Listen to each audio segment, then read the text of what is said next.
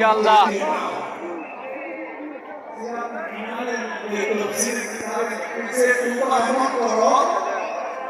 যেমন গরুর হাট থেকে দহন করার পর যেভাবে গরুর হাটে দুধের স্তরে ফেরত দেওয়া যায় না, তওবা এমন ভাবে করো। আজকে তওবা করার বড় সুযোগ আছে। তওবা আপনাকে নেককার বানিয়ে দেয়।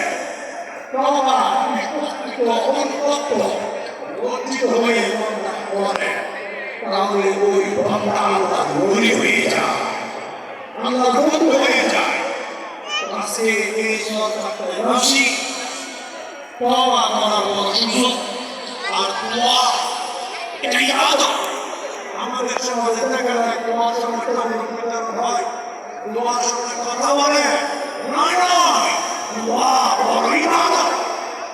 এদিক সেদিক না তাকাবো, মওলার দরবারে সত্য করে লজ্জিত হয়ে তওবা করো।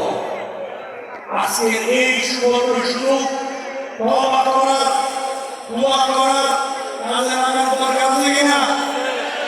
দোয়ার সময় কেউ